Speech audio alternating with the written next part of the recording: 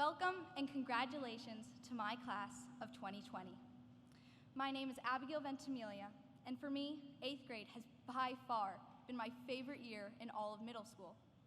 The reason being, because for every year that goes by, I find that I have more freedom in my life than ever before, and 8th grade has been no exception.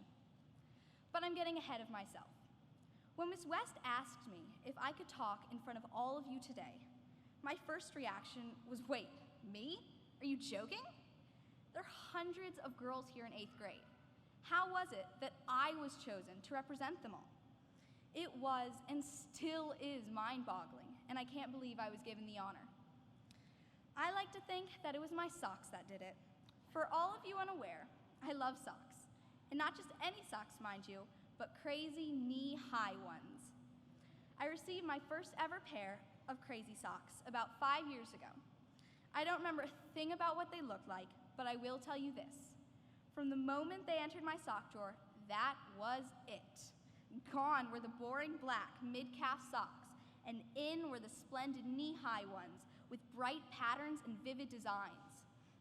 Now, years later, I still wake up in the morning and address the not one, but two drawers to decide what socks I will wear. I have one with a blue background and a sun whose rays are bursting out in a variety of different colors, the happy sock. I also have a Starry Night sock I wore for my first day of school in 6th grade. And, since I always like a good metaphor, I'm wearing it now for my 8th grade graduation.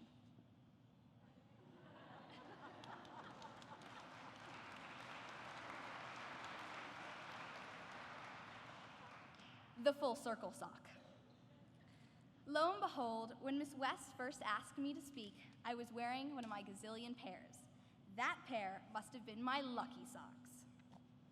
Although socks are a part of who I am, they aren't the only part. I love both watching and performing in musicals like Shrek and Aladdin.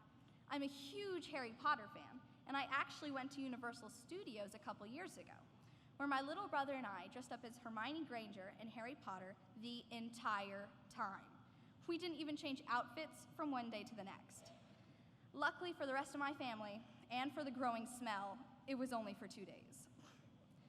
Now, crazy socks and literary characters may not be your thing, but that's the beauty of being different.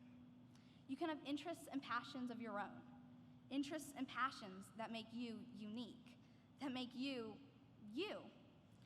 There's a quote that I particularly like by Oscar Wilde. Be yourself. Everyone else is already taken. From the time I set foot into North Gwinnett when I was a short, nervous 6th grader, to me now as a confident, although still short 8th grader, I defined myself. I wanted and still want to be known for what makes me different. If you're persistent enough, determined enough, then no one can stop you. And I'm sure if you ask your parents, they will agree. I've certainly driven my own parents crazy enough trying to convince them to try my homemade lemonade, which I usually concoct without a recipe, because, if chefs on TV can do it without one, so can I, right? Before I finish, I'd like to point out that we are the class of 2020, which, apart from being an awesome name, is considered perfect in vision.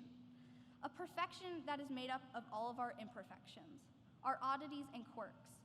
Quirks that I hope in 30 years will still be there.